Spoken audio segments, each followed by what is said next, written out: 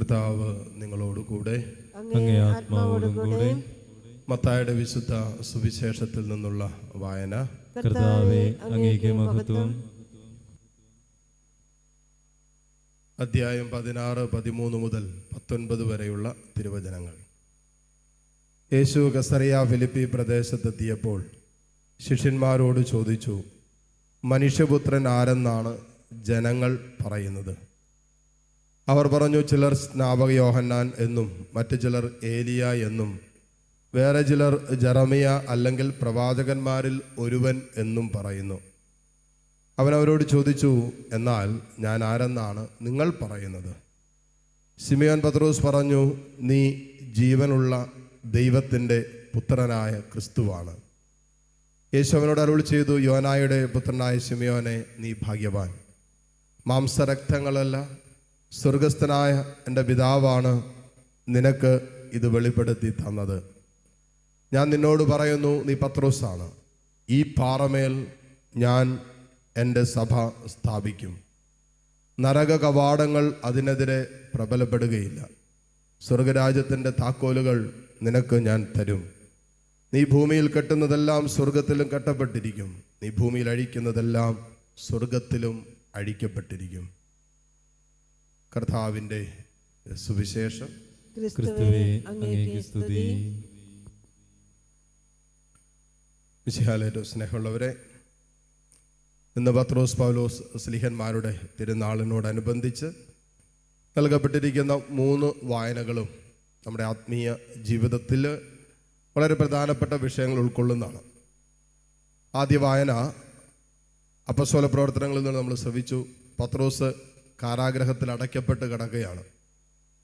ആ അവസ്ഥയിൽ പത്രോസ് വളരെ ശാന്തമായിട്ട് പരസ്യ വിചാരണയ്ക്ക് വരും ദിവസങ്ങളിൽ വിധേയനാകേണ്ടതാണെങ്കിൽ പോലും പത്രോസ് വളരെ ശാന്തമായിട്ട് ഈ തടവറയിൽ കഴിയുമ്പോൾ സഭ അവന് വേണ്ടി പ്രാർത്ഥിച്ചുകൊണ്ടിരുന്നു എന്ന് വചനം പറയുകയാണ്. അതായത് മറ്റുള്ളവരെല്ലാവരും പത്രോസിന് വേണ്ടി തടവറയിലായിരിക്കുന്ന, ബന്ധനാവസ്ഥയിലായിരിക്കുന്ന പത്രോസിന് വേണ്ടി പ്രാർത്ഥിച്ചുകൊണ്ടിരുന്നു.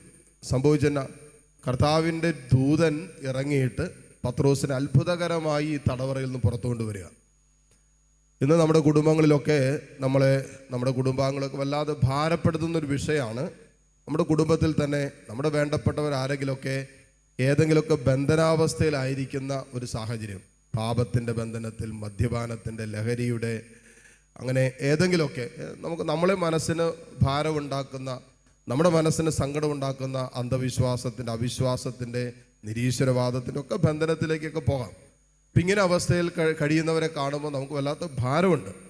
ഇവിടെ വചനം പറയുന്നത് സഭ അവന് വേണ്ടി പ്രാർത്ഥിച്ചു കൊണ്ടിരുന്നു. സഭ അതേക്കുറിച്ച് ആകുലപ്പെടുകയോ അസ്വസ്ഥപ്പെടുകയോ അല്ല ചെയ്തത്. സഭ, മറ്റുള്ളവർ പത്രോസിന് വേണ്ടി പ്രാർത്ഥിച്ചു കൊണ്ടിരുന്നു. ആ പ്രാർത്ഥനയുടെ ഫലമായിട്ടാണ് കർത്താവിൻ്റെ ദൂതൻ ഇറങ്ങിയിട്ട് ഈ ബന്ധിക്കപ്പെട്ട് കിടന്ന അവസ്ഥയിൽ നിന്നും പത്രോസിനെ അത്ഭുതകരമായിട്ട് പുറത്തു കൊണ്ടുവരുന്നത് ഉണ്ട്. ചിലപ്പോൾ നമ്മൾ പറഞ്ഞാലും ഉപദേശിച്ചാലും കേൾക്കാവുന്നതിനപ്പുറമായി നിൽക്കുന്ന ചില പാപത്തിൻ്റെയും ചില അഹങ്കാരത്തിൻ്റെയും സ്വാർത്ഥതയുടെയും ബന്ധനത്തിലൊക്കെ നമ്മുടെ കുടുംബങ്ങളിലും കുടുംബാംഗങ്ങളുണ്ടാകാം. അപ്പോൾ നമ്മൾ പറഞ്ഞുകൊണ്ടിരുന്നതുകൊണ്ട് ചിലപ്പോൾ ഇനി മാറ്റമൊന്നും ഉണ്ടാകാൻ പോകുന്നില്ല. ഉപദേശിച്ചുകൊണ്ട് വലിയ ചേഞ്ചൊന്നും ഇവരുടെ ജീവിതത്തിൽ കാണാതെ വരുമ്പോൾ ആശങ്കപ്പെടുകയോ അസ്വസ്ഥപ്പെടുകയോ സങ്കടപ്പെടുകയല്ല ചെയ്യേണ്ടത്. കർത്താവ് തന്നിരിക്കുന്ന മാർഗമാണ് തീക്ഷ്ണമായിട്ട് പ്രാർത്ഥിക്കുക. അവിടെ കർത്താവിൻ്റെ ദൂതൻ ഇറങ്ങി അത്ഭുതകരമായൊരു പ്രവൃത്തി ആ മകളുടെ ജീവിതത്തിൽ ഏത് തടവറയിലാണെങ്കിലും ചെയ്യുമെന്നുള്ള പ്രതീക്ഷയും പ്രത്യാശയാണ് ആദ്യ വായനയിലൂടെ നമുക്ക് തരുന്നത്. രണ്ടാമത്തെ വായന പൗലോസ്ലീഹ തൻ്റെ ദൈവിക വാഗ്ദാനത്തിലുള്ള വിശ്വാസത്തെ ഉറക്കെ പ്രഖ്യാപിക്കുക. തൻ്റെ ജീവിതം കൊണ്ട് എന്താണോ പൗലോസ്ലീഹ സ്വപ്നം കണ്ടത്, തൻ്റെ ജീവിതത്തിലുടനീളം സുവിശേഷത്തിന് വേണ്ടി ഓടി നടന്ന് സുവിശേഷ പ്രഘോഷണത്തിലൂടെ അനേകരെ ക്രിസ്തു സ്നേഹത്തിലേക്ക് കൂട്ടിക്കൊണ്ടുവന്നപ്പോൾ ഹൃദയം അത്ര കണ്ട് കർത്താവിനെ സമർപ്പിക്കാനുണ്ടായ ചില കാരണങ്ങൾ എഴുതി വെച്ചിരിക്കുക. പൗലോസ്ലീഹ പറയാണ്, ഞാൻ നന്നായിട്ട് ഓടി, എൻ്റെ വിശ്വാസം ഞാൻ കാത്തു, ഞാൻ നന്നായി പൊരുതി, അതിനാൽ എനിക്കായി ഒരുക്കിയിരിക്കുന്ന നീതിയുടെ കിരീടം നീതിമാനായ ദൈവം ആ ദിവസം എന്നെ അണിയിക്കട്ടെ. എന്നെ മാത്രമല്ല, കർത്താവിൻ്റെ വരവിന് വേണ്ടി കാത്തിരിക്കുന്ന എല്ലാവർക്കും. അപ്പോൾ സ്വർഗീയമായൊരു പ്രതിഫലമുണ്ട് എന്ന് പൗലോസിന് എന്നും ഹൃദയത്തിൽ ബോധ്യമുണ്ടായിരുന്നു. അതുകൊണ്ടാണ് അത്ര തീക്ഷ്ണമായിട്ട് ദൈവം തരുന്ന പ്രതിഫലത്തിന് വേണ്ടി മാത്രം ഉറ്റുനോക്കിക്കൊണ്ട് പൗലോസിലേക്ക് യാത്ര ചെയ്യാൻ പറ്റിയത്. അല്ലെങ്കിൽ തൻ്റെ യാത്രകളിലുടനീളം പൗലോസ്ലീഹ കടന്നുപോയ വേദനകൾ, സങ്കടങ്ങൾ, സംഘർഷങ്ങൾ, കുറ്റാരോപണങ്ങൾ, തിരസ്കരണ അനുഭവങ്ങളൊക്കെ ഒരാളെ ശുശ്രൂഷയിൽ നിന്ന് പുറകോട്ട് കൊണ്ടുവരാൻ മാത്രം ബലമുള്ളതായിരുന്നു. എന്നിട്ടും അതിനൊക്കെ അതിജീവിച്ച് പൗലോസ്ലീഹ പോകാനുള്ള കാരണം ദൈവത്തിൻ്റെ വാഗ്ദാനത്തിലുള്ള വിശ്വാസമാണ്.